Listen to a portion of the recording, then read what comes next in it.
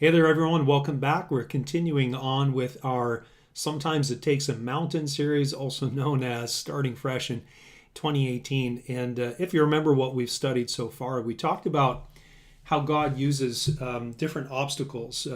Mountains show up in several important biblical events. And we're talking about how the mountain represents different things that God uses as a contingency plan to get us back to fellowship with Him and back into a Christian maturity and growth process. And so, what we've covered so far is we've talked about how mountains stand for things that God does or ways that He shows up that can be spectacular, that display His power, His glory, something that He does to grab our attention. We also talked about how mountains represent things that can challenge our capacity. They can challenge our allegiance or our endurance and our perseverance. Our ability to see things through His eyes rather than from our own worldly perspective. If you remember, James talked about a comparison between godly wisdom and worldly wisdom. But ultimately, all of these things that the mountain can represent are designed to help us refocus and rely on Him rather than continuing to struggle and failing in our own strength. Now, let's move on to the second contingency plan that God has. The first one, of course, is the mountain, but God has more than one contingency plan. And this is for when we get distracted, when we lose focus or get discouraged this year as we continue to try to live out our mandate to become more mature and godly people. So God knows that it doesn't only take a mountain. Sometimes it takes a mountain, but sometimes it takes a stormy sea. Now, there are 3 stormy sea stories that I can think of off the top of my head, and I'm sure you can think of a couple that really illustrate this concept of a stormy sea causing people to stop and reconsider and pause. We're going to eventually get to the Sea of Galilee stories. But first of all, I want you to go to Jonah chapter 1, and we're going to talk about Jonah the whale. And usually when people study this story, they focus so much on the fish and everything that happens after Jonah actually gets to Nineveh, how he continues to complain, even though he does eventually do God's will. We're going to focus on the very beginning of the story. Jonah chapter 1, verse 1 starts like this. It says, "Now the word of the Lord came to Jonah, the son of Amittai, saying, Arise, go to Nineveh, that great city, and cry out against it, for their wickedness has come up before me. But Jonah arose to flee to Tarshish from the presence of the Lord. He went down to Joppa and found a ship going to Tarshish. So he paid the fare and went down to it to go with them to Tarshish from the presence of the Lord." Now, let me pause there for a second, because twice in these 3 verses we've seen Jonah fleeing from God, and the terminology that's used is that he's fleeing from the presence of the Lord. Now, we can't take that literally, because you can't, the old saying is you can run, but you can't hide. There's no way that you can flee from the presence of the Lord, because He is the Father, of course, is omnipresent. So we either take this in a non-literal sense, meaning he's running away from the task that God has given him, or some of the biblical scholars in their commentaries suggest that this may actually imply that Jonah was quitting his job as a prophet, which certainly wouldn't be an easy job. Now, I don't know that you can quit something that God has appointed you to do, but either way, those are some of the scholarly opinions. Let's pick up in verse 4. "But the Lord sent out a great wind on the sea, and there was a mighty tempest on the sea, so that the ship was about to be broken up. Then the mariners were afraid, and every man cried out to his God, and threw the cargo that was in the ship into the sea to lighten the load. But Jonah had gone into the lower parts of the ship, had lain down, and was fast asleep. So the captain came to him and said, What do you mean, sleeper? Arise, call on your God. Perhaps your God will consider us, so that we may not perish. And they said to one another, Come, let us cast lots, that we may know for whose cause this trouble has come upon us. So they cast lots, and the lot fell on Jonah. Then they said to him, Please tell us, for whose cause is this trouble upon us? What is your occupation? Where do you come from? What is your country? Of what people are you? So he said to them, I am a Hebrew, and notice this, and I fear the Lord, the God of heaven, who made the sea and the dry land. Now here the sailors, these pagan sailors who religiously believed that nature was controlled by different deities. And so there would have been a god of the wind, a god of the sea, etc. And so Jonah says, I'm a Hebrew, and I fear the Lord, the God of heaven, who made the sea and the dry land. Then the men were exceedingly afraid and said to him, why have you done this? For the men knew that he fled from the presence of the Lord, because he had told them. Then they said to him, what shall we do that the sea may be calm for us? Do to you, my apologies. For the sea was growing more tempestuous. And he said to them, pick me up and throw me into the sea, then the sea will become calm for you. For I know that this great tempest is because of me. Nevertheless, the men rowed hard to return to land, but they could not, for the sea continued to grow more tempestuous against them. Therefore they cried out to the Lord and said, we pray, O Lord, please do not let us perish for this man's life, and do not charge us with innocent blood. For you, O Lord, have done as it pleased you. So they picked up Jonah and threw him into the sea, and the sea ceased from its raging. Then the men feared the Lord exceedingly, and offered a sacrifice to the Lord, and took vows. Now here's a couple of takeaways from this part of the story. And the first is what we opened with when Jonah talks about fleeing from the presence of the Lord. The first takeaway is, if you've committed to growing and in the past you've made these resolutions starting a new year and you've not followed through, that, barring you getting to the point where you've really decided that you're done and you're walking away, you're forsaking God in totality and finality, that God keeps you on the hook and you can run, but you can't hide. So that's the first thing that we see. We see this tremendous example of God going after Jonah in a very spectacular way. We also know that running from God can have unintended consequences, what we might call collateral damage. And if you think back about when we talked about the mountain, sometimes we find ourselves, and this is actually very applicable to this story as well, sometimes we find ourselves in circumstances that are created by the free will and actions of other people, and we have to decide to respond to those from a perspective of godly wisdom rather than from worldly wisdom. But understand that when we are disobedient to God, just like with Jonah, other people can get caught up in the storms or the mountains that God brings our way to bring us back into obedience and bring us back to a point of reverence. That was one of the main points of talking about sometimes it takes a mountain. We looked at the example of Mount Sinai and how Moses said that, basically God appeared in this manner to make you revere him and to get you to obey him. So running from God for you and I can have these unintended consequences as well. But very interesting is that when the captain and the sailors asked Jonah who he was, he said, I am a Hebrew, and I follow the God of heaven who made the sea and the land. He invokes God as the creator of all things, as the master of all things. And then he willingly says, toss me overboard because this is all my fault. What we see Jonah doing is we see him submitting in the midst of the storm. And the lesson that you and I can take away from this, because we see at the end of this section of verses that we read that apparently the sailors committed themselves to following Jehovah.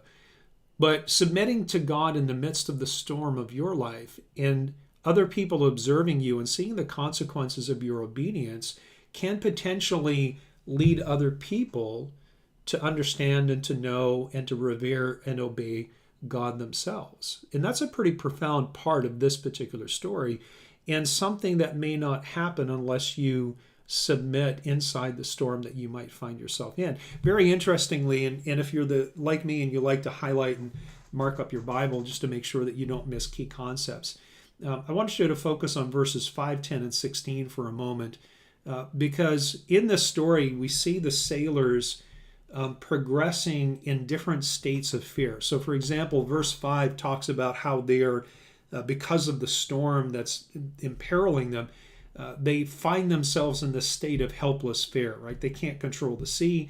They're about to die, and they understand that, and it strikes fear in them. But in verse 10, when they understand that it is the God of the Hebrews that brought the storm because of Jonah's disobedience, they were moved to intense fear. So they went from helpless fear to intense fear. And then in verse 16, when they saw that after they threw Jonah overboard and the God of heaven who made the seas calmed the storm, just as Jonah said he would, then they went from intense fear to the fear of the Lord. And the book of Jonah says that they made sacrifices or offerings and they vowed vows. And, again, biblical scholars and the commentaries are split on what this actually means. Some point out that the Hebrew language, the words, the terminology, the grammatical structure is pretty much identical to the vows that are said from penitent people, say, in the temple in the Old Testament in the Mosaic Law. So it is quite possible that these sailors went from being pagans to committing themselves to Yahweh, committing themselves to follow the God of Abraham, Isaac, and Jacob, which would be an amazing lesson for us. Others say that they vowed vows, meaning that they, swore to be good, or they paid allegiance to the God of the ocean.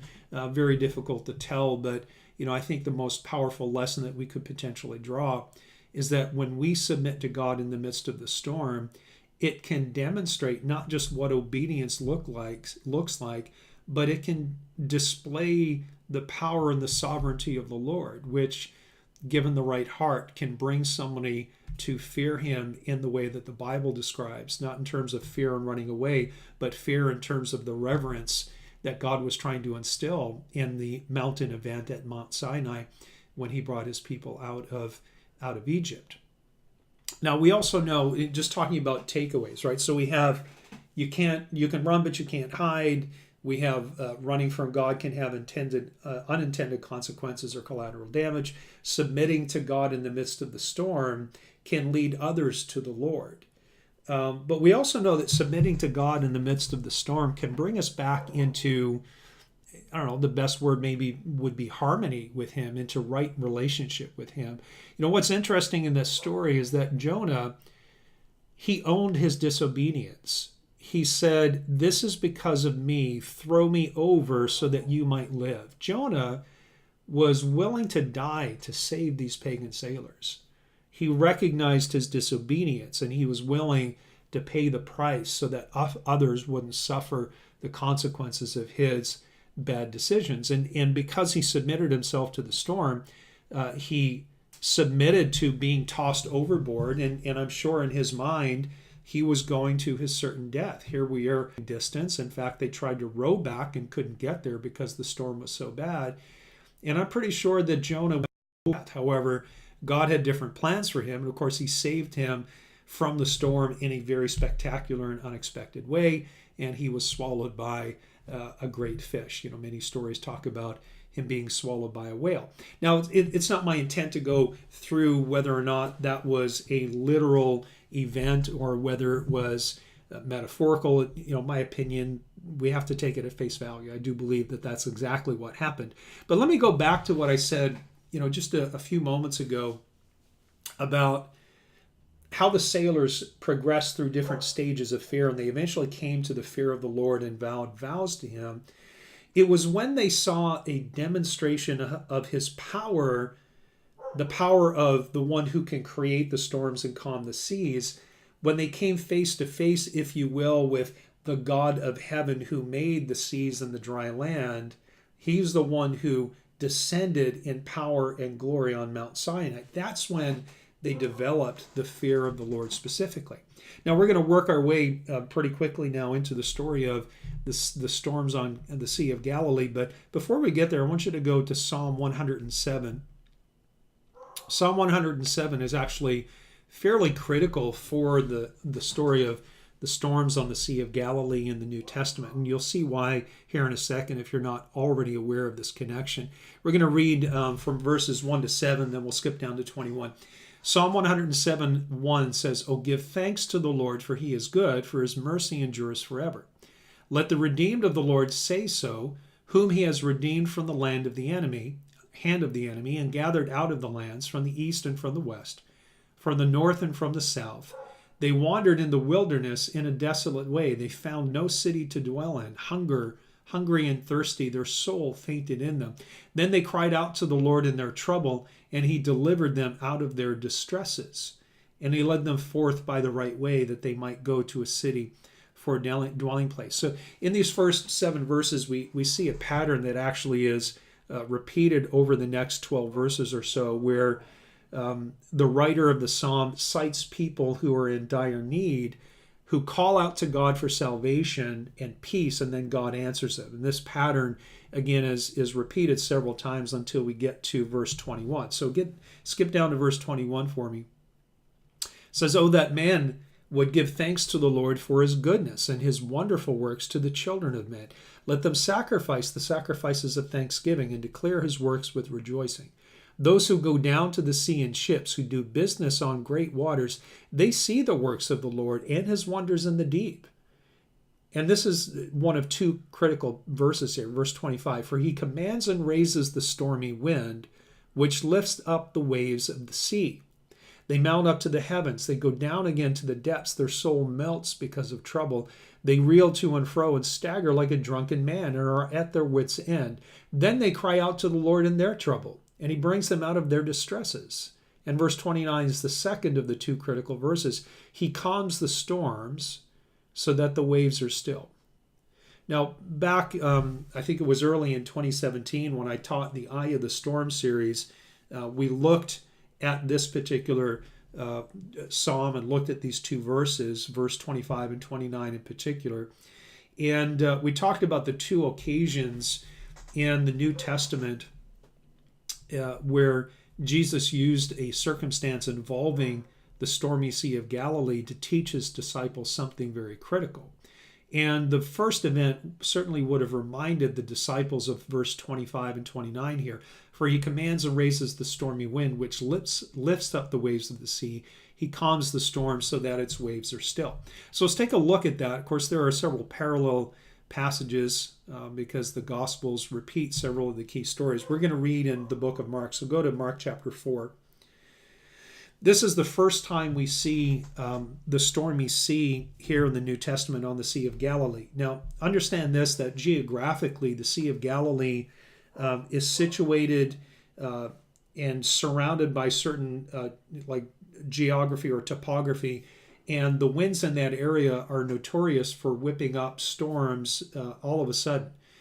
In fact, the Sea of Galilee has been considered a very dangerous place to work if you're a fisherman, just because storms can arise without hardly any notice at all. But these 2 different stories that we see on the Sea of Galilee are at different parts of Jesus' ministry. The first one is very early. The second one is quite a bit later. This very first one we're looking at in Mark chapter 4 is not too long before Jesus went into the synagogue to read from Isaiah to basically claim that he was the Messiah and that Old Testament prophecies were being fulfilled in their hearing as he read them. But it was immediately after this event we're going to read now is immediately after the parable of the sower, where Jesus talks about how it's the condition of the heart that allows the implanted word of the gospel to grow and to be fruitful. And it also appears in the same conversation where Jesus talks about you don't take a lampstand and stick it under a bed, that you have to put it out so where it's visible. And he talks about how the kingdom of God is like a mustard seed, and how the mustard seed starts out as the smallest of seeds, but it grows in to the largest, and it becomes greater than all of the other herbs. And what's fascinating to me about this particular story and the context in which he mentioned all of this. Jesus is at the beginning of the ministry, and he had already implanted in his disciples' minds that he is the Christ, the Son of the living God. But, I have to wonder if at this point they believed it yet. They had heard it. They had seen several demonstrations of power. They had seen miraculous and wonderful things done by the Father through his Son. They were even willing to give up their livelihood and endure long periods of time, perhaps away from their family and their loved ones, to follow the man that they believed to be the Messiah. But that seed of faith that Christ had planted, it didn't seem to have ripened yet. It certainly hadn't gotten to the point where they fully believed and fully trusted him. The seed of faith and the understanding of who Jesus was still had to be watered. It still had to be tended.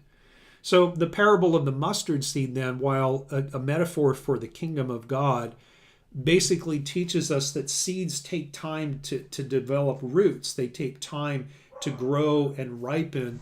They take time until they're ready for the harvest. And the same can be said of the seed of faith as well. Faith is not a once for all done proposition. Faith continues to grow, and it continues to produce fruit in us, particularly if we are diligent and obedient in the Lord.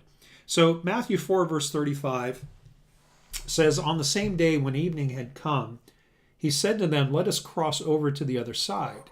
Now when they had left the multitude, they took him along in the boat as he was, and other little boats were also with him. And a great windstorm arose, and the waves beat into the boat." Now, understand this. They probably wouldn't have gone out onto the water if they thought a storm was coming. This, I think, speaks to the sudden nature of some of the storms on the Sea of Galilee. So the waves beat into the boat, so that it was already filling. But he was in the stern, asleep on the boat. And they woke him and said to him, "Teacher, do you not care that we are perishing?" Then he arose and rebuked the wind and said to the sea, "Peace, be still." And the wind ceased, and there was a great calm. Now, Luke's version here says that he arose and rebuked the wind and the raging of the water. But he said to them, "Why are you so fearful? How is it that you have no faith?" And they feared exceedingly and said to one another, "Who can this be that even the wind and the sea obey him?" And I have absolutely no doubt at all that in the midst of the storm, seeing his control over the sea and the wind would have brought their minds back to the story of Jonah, would have brought them back to Psalm 107, where they understood that the God of heaven is the one who made the sea and the dry land, and that he has the power to bring the storm, and he has the power to calm the storm. And I think that that's why they feared exceedingly, in the same manner that the sailors did with Jonah on the boat when they threw him over and immediately the wind stopped and the sea went calm. I have no doubt that it was that powerful manifestation of the power and the glory of God that drove these disciples to fear Jesus exceedingly. What an amazing connection.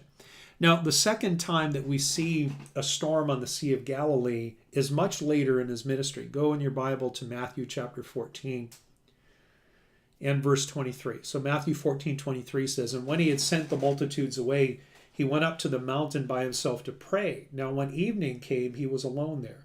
But the boat was now in the middle of the sea, tossed by the waves, for the wind was contrary. Now in the fourth watch of night," now the fourth watch of night is basically the deepest, darkest part of the evening before dawn. It says, "In the fourth watch of the night, Jesus went to them walking on the sea.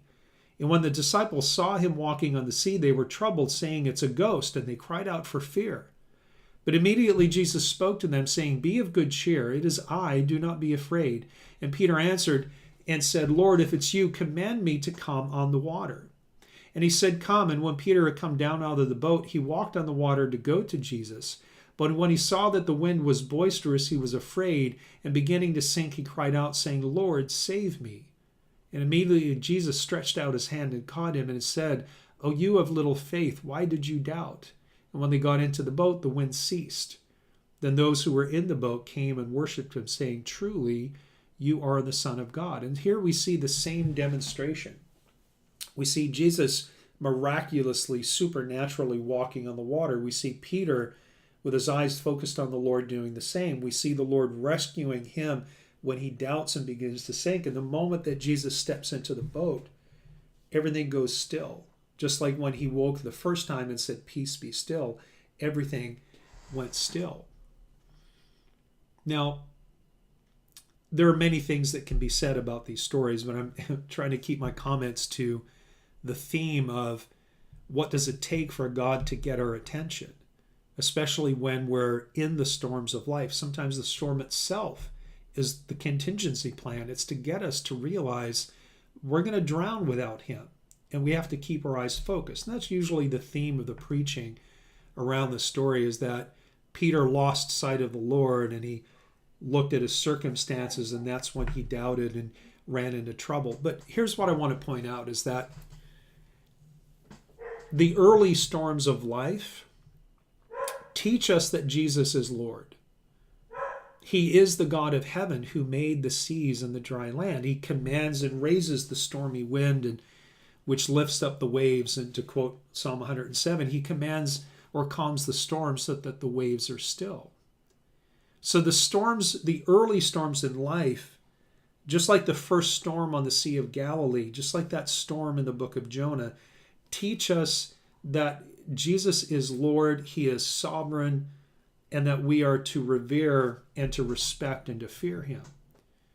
But the storms of life that we encounter after the seed of our faith has grown more, because the difference between the two storm, like Sea of Galilee storm stories, is a matter of time, the beginning and towards the end of Jesus's ministry.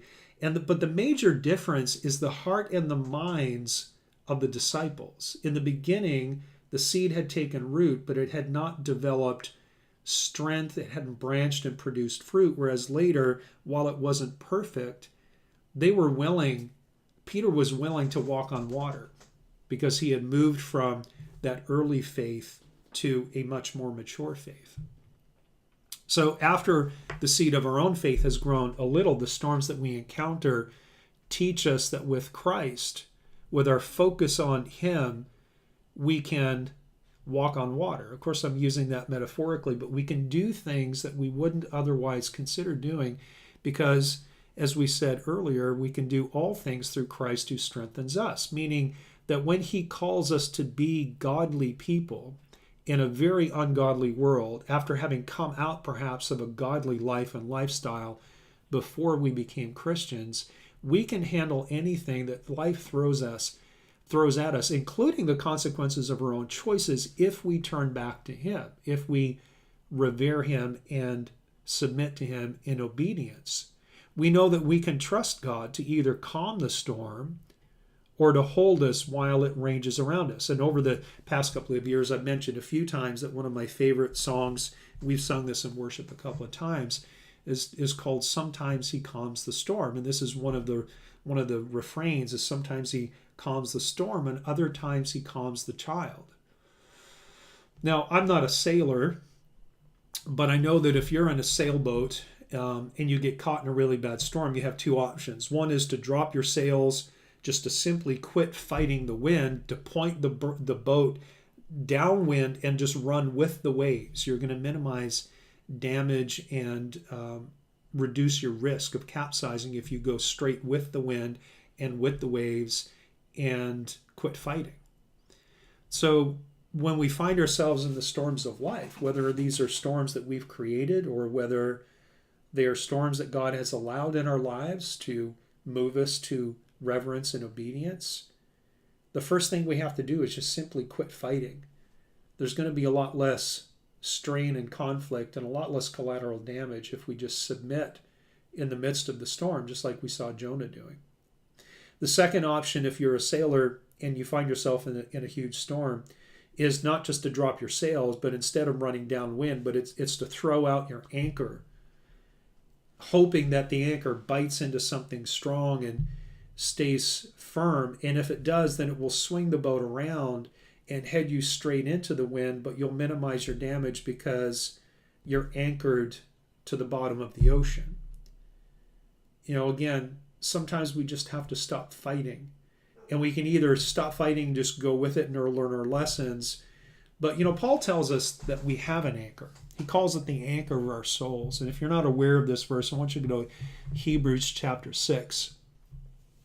This is probably about the middle of chapter 6, where Paul has just, at the end of chapter 5, talked to Hebrew Christians about how they should have grown in Christ to the point that they would be teaching other people. This is the whole milk versus meat section where he says, you're like little babies and I need to keep feeding you milk.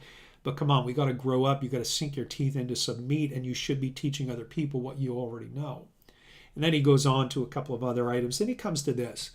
He says in Hebrews 6:13, he says, "For when God made a promise to Abraham, because he couldn't swear by anyone greater, he swore by himself, saying, surely blessing I will bless you, and multiplying I will multiply you. And so after he had patiently endured, he obtained the promise. For men indeed swear by the greater, and an oath for confirmation is for them an end of all dispute. And what Paul is saying here is talking about a story in Genesis where God made the promise to Abraham, and once Abraham demonstrated that he was willing, against all common sense, to sacrifice Isaac, the son of promise, the one through whom all the promises that God made to Abraham would be fulfilled, he was willing to kill him because Paul said he just figured God would resurrect him because he made a promise that Isaac would inherit all these promises. So God made the promise, and then once he saw the demonstration of Abraham's faith, he swore a unilateral oath saying, all these things I've promised I'm going to make come to pass. It didn't really matter what Abraham did at that point, because God swore an oath that he was going to make all the promises come to fruition. So in verse 17 it says, thus God, determining to show more abundantly to the heirs of the promise, that's us, the immutability or the unchangeable nature of his counsel, confirmed it by an oath. I gave you a promise, and I swear by myself that I'm going to make this happen. Verse 18 says that by two immutable things, the promise and the oath to fulfill the promise, in which it is impossible for God to lie, we might have strong consolation, we who have fled for refuge to lay hold of the hope set before us. And verse 19 is the key. It said, this hope we have is the anchor of our soul, both sure and steadfast, which enters the presence behind the veil. Now, the hope that's being referenced, if you have like a New King James Bible, the word hope is in italics. That's because the word hope is not actually in the original language. It's not in the Greek. It's supplied by the translators, but nevertheless, the word this whatever we have as the anchor of the soul is referring back to the promise and the oath that was mentioned through verses 13 to verses 17. So the hope that we have is God's promise and his faithfulness. In fact, Deuteronomy chapter 7 verse 9 says, therefore know that the Lord your God, he is God, and he's faithful, who keeps covenant and mercy for 1,000 generations with those who love him. And notice that it says who keeps his commandments. So God made a promise. We know that he never breaks promises. He made an oath to make the promises come to bear, and we know that he never breaks his oath.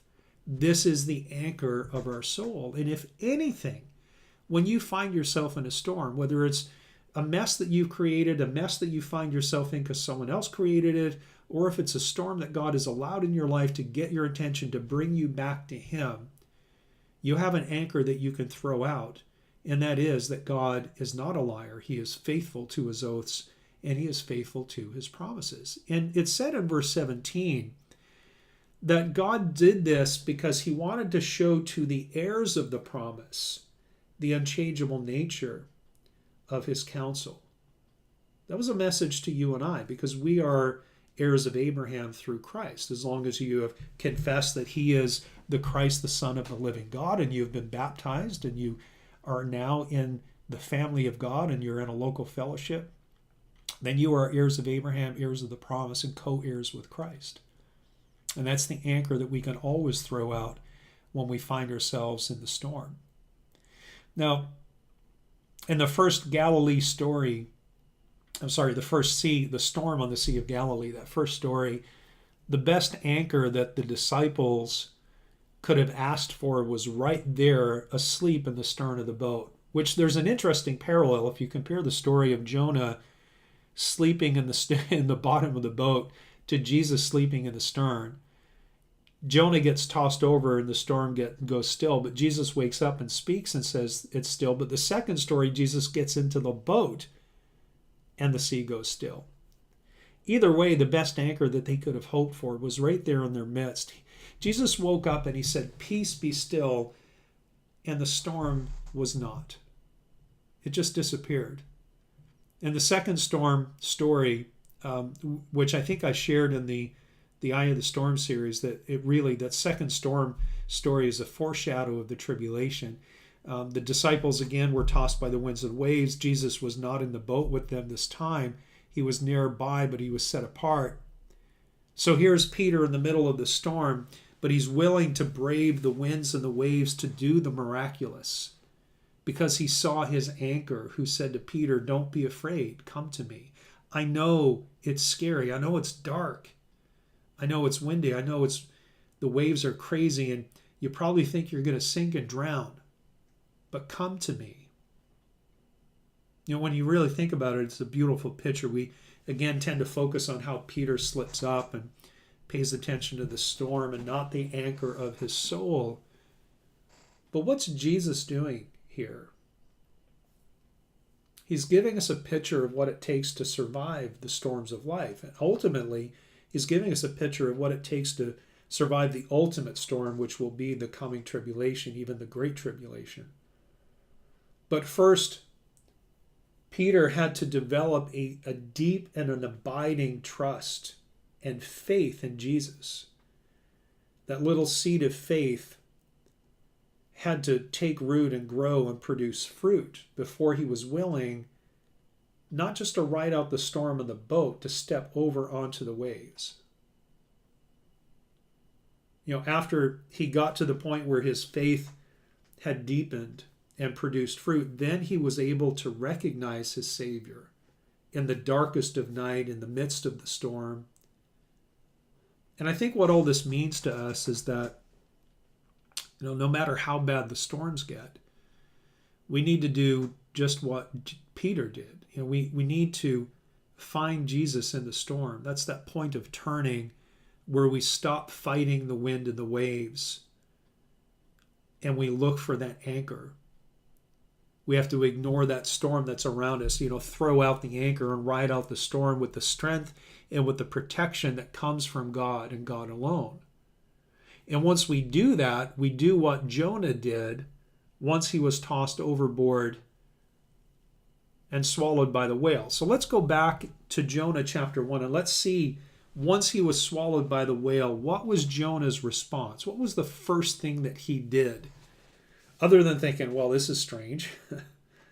Now, remember that Jonah was willing to pay the price of his disobedience in order to save those who were caught in his storm, right? He said, "I am the cause." And in this context, as I said earlier, that meant death by drowning. But God, again, had a different plan. And when Jonah realized what God did for him, not to him, being swallowed by the whale was a method of salvation in that moment. It wasn't punishment. His response, once he found himself in the belly of the whale, was immediate, and it was not dependent on his immediate circumstances. Now, I want you to, as we read this, I want you to highlight statements in verse 4 and verse 6 that begin with the word yet. There'll be two of them. Jonah 1 verse 17 says, "Now the Lord had prepared a great fish to swallow Jonah. And Jonah was in the belly of the fish 3 days and 3 nights. Then Jonah prayed to the Lord of God, his God from the fish's belly. And he said, I cried out to the Lord because of my affliction, and he answered me. Out of the belly of Sheol I cried, and you heard my voice, for you cast me into the deep, into the heart of the seas. The floods surrounded me. All your billows and your waves passed over me. Then I said, I have been cast out of your sight. And notice this now, yet. This is the first yet statement. Yet I will look again toward your holy temple. Jonah sacrificed himself. He owned his disobedience, and he was willing to pay the price.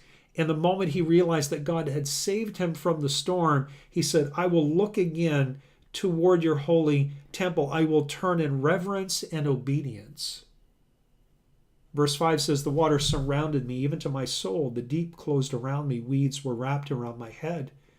I went down to the moorings of the mountains. The earth with its bars closed behind me forever. And here's the second yet. Yet you have brought up my life from the pit, O Lord my God. Now, the Septuagint here reads just a little bit differently. It says, yet, O Lord my God, let my ruined life be restored. Now, generally, we consider the Septuagint to be closer to the original because we have older copies of the Septuagint than the Hebrew Old Testament. So if we look at these two yet statements, we see Jonah saying, after he was saved from the storm by the Lord, yet I will look again toward your holy mountain. Yet, O Lord my God, let my ruined life be restored. It says in verse 7, when my soul fainted within me, I remembered the Lord, and my prayers went up to you into your holy temple. Those who regard worthless idols forsake their own mercy. But I will sacrifice to you with the voice of thanksgiving. I will pay what I have vowed. Salvation is of the Lord. Now that verse 9 there, even though it starts with the word but, can be connected to those two yet statements in verses 4 and 6. And let me put those three verses together for you and just read them to you as they would read if you just read them continuously. Yet I will look toward your holy temple. Let my ruined life be restored. I will sacrifice to you with the voice of thanksgiving. I will pay what I have vowed. My salvation is of the Lord. You know, as we enter into 2018 and you're dealing with whatever mountains and storms God has allowed in your life or you've created by perhaps disobedience or a lack of reverence, listen to what he says. He says, I will pay what I have vowed. I want to go back to something that I said, I believe, in the first lesson in this series, is that if you have made some resolutions and you've made a vow to God that you are going to be better at something to do with being a Christian this next year, where is your reverence and where is your obedience if you don't follow through on that? Just remember that when God brings a mountain, that he will either, once you submit to him, he will either make the mountain a plain or lift you up over it. If he brings a storm, he can calm the storm or he can hold you while it ranges around. But you always have that anchor of your soul. You always have the faithfulness of the Lord. But we all need to take our end of this bargain as seriously as he takes his. God bless you, and we'll continue this on in our next lesson, where we'll look at the third contingency plan, which is looking at the dry deserts that God brings into our lives or uses to get our attention. God bless, and we'll talk to you again pretty soon.